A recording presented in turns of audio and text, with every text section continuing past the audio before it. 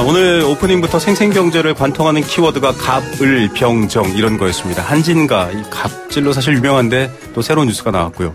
자, 오늘 모실 분은 을입니다. 을. 네, 국민과 대한민국 경제를 갑으로 모셔서 을이기도 하지만 실제 지역구도 을이네요. 경기 성남 분당 을 국회 정무위 소속 더불어민주당 김병욱 의원 스튜디오에 모셨습니다. 의원님 안녕하십니까? 네, 안녕하세요. 네. 분당 을 국회의원 김병욱입니다. 예. 일부러 그런 건지 모르겠는데요. 이 민주당 소속 의원분들 나오시면 또 을이 많으세요. 네. 묘하게 그렇습니다. 씨로도 또 운영하고 계시고. 네. 자, 여러 가지 얘기들 특히 경제 관련해서 활동하는 대표적인 경제통 국회의원이시고요. 이 연말에 사실 지금 국회 상황 굉장히 바쁘신데 또 특별히 스튜디오에 나와 주셨습니다. 상복이 많으신 것 같아요.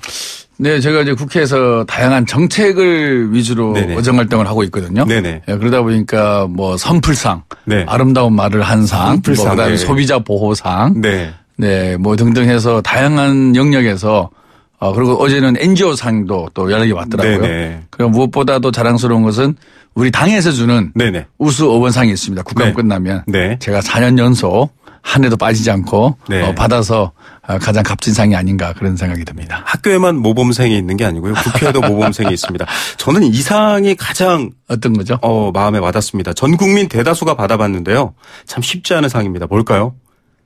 개근상입니다. 왜냐하면 지금 20대 국회에 대해서 국민들의 인식이 굉장히 안 좋습니다. 여러 가지 뭐 법안은 하나도 통과 못하고 싸우고 맨날 밖으로 나가느냐라고 하는데 개근상을 300여 명의 국회의원 중에서 딱 17분만 받으셨는데 그중에서도 상임위까지 다 개근한 의원은 바로 김병욱 의원밖에 없으시더라고요. 한 4분 정도 계시긴 한데 다 같은 당이셔서 제가 일단 대표로 김병욱 의원님 드리겠습니다. 예, 예. 수상 소감 한마디 해주시죠. 예. 이런 수상 소감 기회를 줘서 너무 감사하고요. 저는 우리 국회의원이 출석하는 것을 기본적인 국민에 대한 의무라고 생각합니다. 그런데 네. 그동안에 국회가 이제 텅 비어 있는 본회의 장면, 네. 상임위도 한쪽 당만 출석을 맞습니다. 하고, 그다음에 뭐 해외 출장 또는 지역구 사정 이런 것 때문에 출석에 대해서 되게 이렇게 선택사항처럼 네. 비춰진 부분에 대해서 좀 참으로 안타까웠습니다. 네. 제가 국회에 들어오는 이유는 국민을 대신해서 일을 하기 위해서 들어온 거거든요. 네. 일을 하려면 당연히 회의를 해야죠. 맞습니다. 네. 그리고 저희 국회 회의가 365일 매일 있는 게 아니고요. 네. 회기 중에서도 일정간 기간만 있거든요. 그래서 네네. 본인 스스로가 국민을 대신해서 일하는 자리라는 그런 인식을 하고 있다 그러면 저는 네. 출석률이 뭐 안전 의원들이 몇 명 있는데 저는 좀 네. 이해가 안 가고요. 그리고 네. 제가 국회에 들어오기 전에 우리 지역구 주민들한테 네. 약속한 부분이 성실한 의정활동을 하겠다. 네. 그리고 제가 만일 성실한 의정활동을 하지 않고 네. 어떤 불법적인 소지가 있을 때는 언제든지 저를 끌어내릴 수 있는 국회의원 국민 소환제도 제가 발의하겠다. 네. 이렇게 해서 발의도 해놓은 상태인데요. 네. 저는 국회의원 중에 가장 기본적인 덕목이 성실성이고 네. 그 성실한 모습을 국민에게 보여줘야 줄 때만 네. 국회의원과 국민 간의 신뢰관계가 회복이 되고 의회의 위상이 네. 더 높아진다 그런 생각을 하고 있습니다. 네, 칭찬을 많이 해드렸습니다. 네, 국민 마음에 쏙 드는 을이시고요. 청취자분들 문자 또 정답 많이 보내주고 계시는데요. 자, 더불어민주당 정무위 소속입니다. 예, 김병욱 의원께 드리고 싶은 상이나 혹은 묻고 싶은 것들 지금 문자 보내주십시오. 50원의 유료 문자 샵 0945번으로 보내주셔도 되고요. 유튜브 라이브로도 함께하고 있습니다. 유튜브 메시지로도 보내주시면 소개하도록 하겠습니다. 자, 좋은 얘기는 이제 끝났습니다, 의원님. 좀 안 좋은 얘기를 해볼게요. 네. 이제 뭐 이건 워낙에 좀 큰 틀의 얘기일 수도 있는데 네. 앞서 소개해드렸지만 20대 국회 국민들이 최악의 국회라고 얘기를 합니다. 네. 물론 뭐 개개의 사연들이 있고 또 여러 가지 이 법안이라든지 이해 충돌 과정들이 있겠지만 또 국민들이 국회를 이렇게 안 좋게 보는 부분에 대해서 또 그 안에 계신 의원으로서 또 드리고 싶은 말씀. 정말 죄송하죠. 저는 네. 당을 떠나서 그다음에 의원의 개인 성향을 떠나서 지역을 떠나서 정말 국회가 정말로 지금 할 일이 많거든요. 네. 지금 우리를 둘러싼 글로벌 경제 환경도 맞습니다. 많이 변하고 있고 네. 보호 무역주의가 강화되고 있고요. 네. 국내적으로도 뭐 저출산 고령화가 계속 지속될 것이고 네. 또 저금리 저성장 시대에 맞는 새로운 기업 환경이라든지 규제 틀을 어떻게 만들 거냐. 맞습니다. 그리고 새로운 신성장 동력과 좋은 일자리를 어떻게 만들어 나갈 거냐. 네. 이런 측면에서 우리 국회가 머리를 맞대고 국민과 소통하면서 일하는 모습을 보여드려야 되는데 네. 전혀 그렇지 못한 모습을 보여드림으로 인해서 국민이 오히려 정치를 걱정하게 하는 네. 우리 국회가 국민을 위해서 함께 일해야 되는데 맞습니다. 거꾸로 가는 모습에 대해서 정말로 소선 의원이지만 답답하고 뭐 특정 당을 비난하고 싶은 생각은 없는데 네. 좀 더 서로가 한 발씩 양보하고 네. 국가와 국민을 위한 길이 어떤 길인가라는 부분에 대해서 좀 머리를 맞댔으면 좋겠다는 생각을 늘 하고 있습니다. 네, 저희 뭐 뉴스 채널에 있다 보니까 시사 또 정치인들의 말씀들 많이 듣는데 이렇게 또 사과 멘트를 또 하는 경우는 잘 없습니다. 오늘 좀 제가 정말 죄송합니다. 예, 띄워드리는 것 같지만 자, 국민들께 이 진심이 전해졌으면 좋겠습니다. 본격적으로 좀 본론으로 들어가 보겠습니다. 제가 정무위 소속이라고 소개를 해드렸는데 김병우 의원님 잘 알려진 대로 증권맨 출신입니다. 자, 보통은 법 전공하신 분들 뭐 아니면 아주 오랫동안 그 정치 밑바닥을 거쳐서 성장하시는 분들 많으신데 증권맨 출신이에요. 역시 또 전문가이기 때문에 아마 인재로서 영입되실 것 같은데 어떻습니까? 저는 영입 케이스는 아니고요. 네네. 저는 원래 쌍용그룹에서 일을 했습니다. 네. 쌍용그룹에서 1년간 일을 하다가 여의도 증권가로 이제 직장을 옮겼는데요.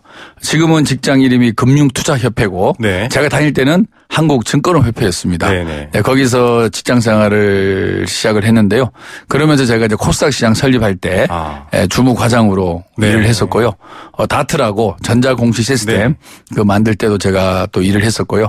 그다음에 벤처기업 뭐 육성에 관한 특별지원법 그런 거 만들 때도 실무 과장으로 일을 했기 때문에 누구보다도 금융 자본시장에 대해서 애정도 많이 있고 그다음에 우리 시장이 왜 제대로 잘 성장을 못할까 이런 부분에서 항상 합리적 의심을 갖고 시장 상황을 주시하고 있습니다. 그래서 우리 국회가 제가 들어와 보니까 역대 제가 20대 국회의원이잖아요. 역대로 증권계 출신이 아무도 없었다 그러더라고요. 근데 뭐 다 아시다시피 우리가 금융시장과 자본시장의 발전 없이는 선진국이 될 수가 없지 않습니까? 맞습니다. 그리고 자본시장을 자본주의 꽃이라고도 얘기하고 그럼에도 불구하고 이쪽 출신 국회의원이 없다라는 것은 좀 밸런스가 안 맞는 거죠. 저는 그래서 이 방송을 듣는 금융, 증권 쪽에 전문가께서 용기를 내서 내년 총선에 도전하셔서 많은 분들이 입성을 해 주십사 부탁의 말씀을 좀 드리고 싶습니다. 맞습니다. 저보다 이 분야에 대해서 좀 잘 아시는 분들도 전문가분들이 입법 과정이라든지 국민의 목소리를 전하는 데에도 힘을 써야 된다 이런 말씀이셨고요. 그래서 사실은 얘기가 나온 게 뭐 이것과 관련해서 토론도 여러 번 되셨지만 DLF, DLS 해외금리 연계 파생 상품 굉장히 문제가 컸습니다. 최고 이익률이 3%밖에 안 되는데 수수료는 뭐 한 5% 떼가기도 하고요. 그렇죠. 전 재산을 전부 다 투자한 금액을 날리신 분들도 있고 대표적으로 이러니 믿겠어라는 이 금융에 대한 불신이 생겼던 부분이거든요.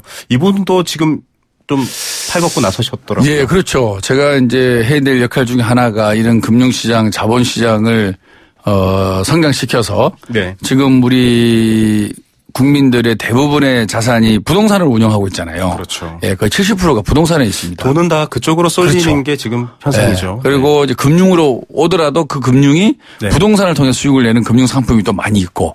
그래서 우리가 진정으로 우리나라의 제대로 된 발전을 위해서는 금융과 부동산 간의 포트폴리오가 꼭 선진국을 100% 답습할 필요는 없지만 우리는 부동산에 너무 쏠려 있다는 것이 전문가들의 진단이고 저도 그렇습니다.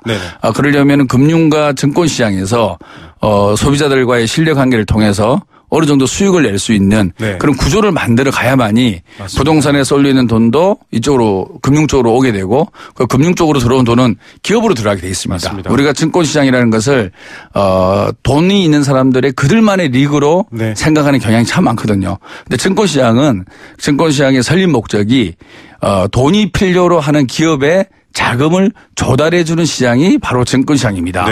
그 기업들의 투자한 사람들의 돈을 회수하기 위해서 또 거래소라는 유통시장이 있는 거죠. 그래서 증권시장이라는 것은 기본적으로 기업의 친화적인 그런 시장인데 우리 부동산 시장은 경제 발전에 대한 기여보다는 아무래도 개인의 이익을 위해서 존재하는 그런 면이 많거든요. 그런 면에 봐서 요번에 그 은행권의 DLF는 참 아쉽죠. 왜냐하면은 은행도 중요한 금융기관이고 금융 소비자들 간의 신뢰관계 속에서 계속 발전을 해와야 되는데 우리가 과거에 키코 문제, 그다음에 동양그룹의 어음 문제, 이번에 또 다시 이런 문제가 생김으로 인해서 정말로 금융보다는 차라리 부동산에서 돈을 벌겠다라는 국민들의 마음을 확인시켜주는 그런 또 부정적 모습도 있거든요. 그래서 정말로 저는 은행이나 증권회사나 다른 금융기관들이 단기간의 이익에 얽매여서 기본적인 투자자와의 신뢰관계를 깨서는 절대 안 된다. 이 신뢰관계를 구축하고 신뢰관계를 지속시켜 나가는 것이 우리나라의 금융과 자본시장 발전에 있어서 가장 핵심적이다 그런 생각을 하고 있습니다. 자, 돈이 부동산으로 쏠리면 그 돈 자체가 경제적으로 선순환을 만들어낼 수 있는 기회도 줄어듭니다. 그렇기 때문에 아주 건전하고 또 이상적인 금융시장을 만들어내는 거 중요하고요. 뭐 또 여러 가지 경제 정의를 위해서도 중요한 부분이 생기죠. 소비자 보호가 아주 중요한 안전망이 될 수 있겠다라고 얘기를 하셨고 토론에서도 그런 말씀을 하셨습니다. 사실은 저희도 이 금융 관련해서 여러 가지 얘기를 경제 프로에서 얘기할 때 항상 소비자 보호 부분이 문제가 됐었거든요. 또 여러 가지 주택담보의 대출에 대한 문제도 어떤 미국의 한시적 책임, 우리 같은 경우에는 담보대출을 받더라도 그 대출을 받으신 분들이 거의 모든 전적인 책임을 져야 되는데 어느 정도 미국이나 다른 선진국 사례에서는 일정 정도 그 책임을 제한해 두는 경우도 있지 않습니까? 이런 식으로 좀 선진적인 금융 체계가 들어오도록 하는데 노력을 하시겠다라고 말씀하셨는데 사실 그러려면 좀 많은 부분들 중에서 지금 이 4차 산업혁명 공유라든지 초연결성을 이 금융에 좀 적용해서 더 안전하고 더 투명하게 운영할 수 있는 이것들을 할 수 있는 기본적인 토대를 마련해야 되는데 아까 저희가 퀴즈를 내줘서 제가 지금 정답 최고의 오답률을 보이고 있습니다. 지금 전부 다 데이트 3법. 오늘 크리스마스 이브라 그런 것 같은데요. 데이트를 잘하기 위한 3가지 방법? 그런 것 같습니다. 의원님께서 한번 발의해 주시면 오늘 저녁에 혹시 데이트 사모님하고 하시나요?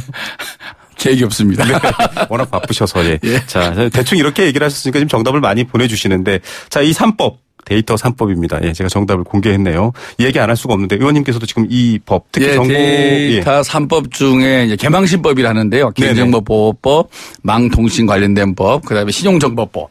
그래서 저는 이제 신용정보법을 대표 발의했습니다. 우리 정무위 소관에 어떻게 갑자기 왜 소리가 안 들리나요? 아닙니다. 말씀하십시오. 네, 시간이 다 됐네요. 정무위 소관에 관련된 법인데요. 기존에 우리가 이제 모든 정보는 본인의 동의하에 저희가 활용을 했는데 비식별 조치를 취한 정보, 그걸 가명 정보라 그럽니다. 누군지는 드러나지 않지만 어떤 정보들이 어디로 오고 가는지는 알 수 있게끔 하는. 그렇죠. 가명 정보에 한해서는 일정한 목적하에 본인의 동의 없이 쓸 수 있게끔 하는 게 이제 핵심인데요. 뭐 아시다시피 지금은 이제 AI 시대 아닙니까? AI 시대에 있어서 가장 핵심이 되는 기본이 바로 데이터예요. 이 데이터를 얼마나 안전하게, 안전이 꼭 중요합니다. 개인정보 보호가 꼭 중요합니다. 안전하게, 그런 많았죠. 안전하게 잘 활용할 수 있게끔 할 것이냐. 이게 이제 국가 경쟁력에 있어서 가장 기본인데 우리가 아직 이 법이 제대로 안 돼 있다 보니까 많은 핀테크 기업이라든지 신생 기업들이 과연 이 데이터를 쓸 수 있는 데이터인지 쓸 수 없는 데이터인지를 어렵게 판단이 어려운 거죠. 그러다 보니까 법무법인에다가 자문을 구해야 되고 경비도 많이 들어가고 시간도 많이 소요되고 그래서 저희가 데이터 관련된 법을 정리할 필요가 있다. 그래서 우리 정무위에서는 신용정보법을 제가 대표 발의했는데요.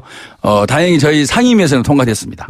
통과돼 있고 지금 법사위에 계류 중이고 이후에 이제 본회의에서 통과시키면 데이터 경제로의 전환이 하루빨리 더 이루어지지 않을까 그런 생각을 하고 있습니다. 브레이크는 잘 된다고 합니다. 더 빠르게 이 경제 금융 발전시키기 위해서 통과한다고 하니까 좀 여러분도 지켜보시고요. 재미난 너무 분위기가 재밌고 또 경제 프로에 딱 어울리시다 보니까 시간이 금방 갔습니다. 얼마 남지 않았는데 지금 뭐 기업들의 접대비 관련해서 기업 활동을 또 증진시키는 여러 가지 법들, 수많은 법들 지금 굉장히 많은 법안을 제시하셨는데 여러분들 뉴스 또 김병욱 의원 활동 열심히 보시면서 그 법안 저도 김병욱 TV 있습니다.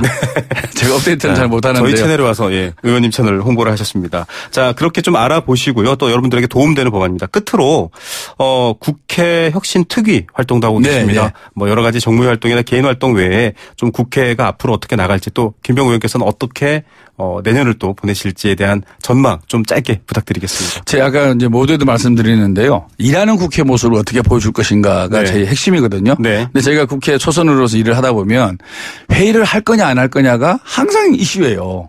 저 그게 이해가 안 갔어요. 국회 들어오면 회의를 해야 되는데 회의를 할 것이냐 안 할 것이냐가 양당 간의 대표, 원내대표가 어떤 협상의 대상이 되고 맞습니다. 또 우리 상임위도 양 간사 간에도 협상이 되는 거예요. 그러니까 아무리 좋은 법을 내고 해도 전국이 제대로 풀리지 않으면 아무것도 안 되는 어렵죠. 거죠. 그래서 일하는 국회 핵심이 뭐냐면 일정 기간 이상의 안건이 올라와서 일정 기간 지나면 바로 그냥 상정을 해서 강제로 상정하는 거죠. 강제로 상정해서 논의할 수 있게끔 하는 거고요. 아까 말씀드린 대로 불출석에 대해서 무노동 무임금 원칙을 확실히 적용하자. 그러고요. 그다음에 각 당에서 의원들을 본회의장에 못 들어가게 한다든지 또는 보이콧을 한다든지 했을 때는 그 당에도 정당 보조금에 페널티를 주자 이런 거고요. 국회 윤리위원회의 구성도 외부 인사를 좀 넣어서 네. 국회의원만 하지 말고 국회윤리위원회를 활성화시키자. 그리고 중요한 것은 국회의원 국민소환제를 반드시 도입해서 네. 정말로 자질이 안 되는 의원에 대해서는 네. 임기 중이라도 국민이 소환할 수 있게끔 네. 법으로 만들어 놓겠다. 이런 게 국회 혁신 안의 내용입니다. 네. 자, 국회의 주인은 국민이다. 100% 출석률 달성하셨던 더불어민주당 김병욱 의원의 말씀이셨습니다. 네. 크리스마스 잘 보내시고요. 오늘 말씀 여기까지 듣겠습니다. 감사합니다. 네, 감사합니다. 고맙습니다.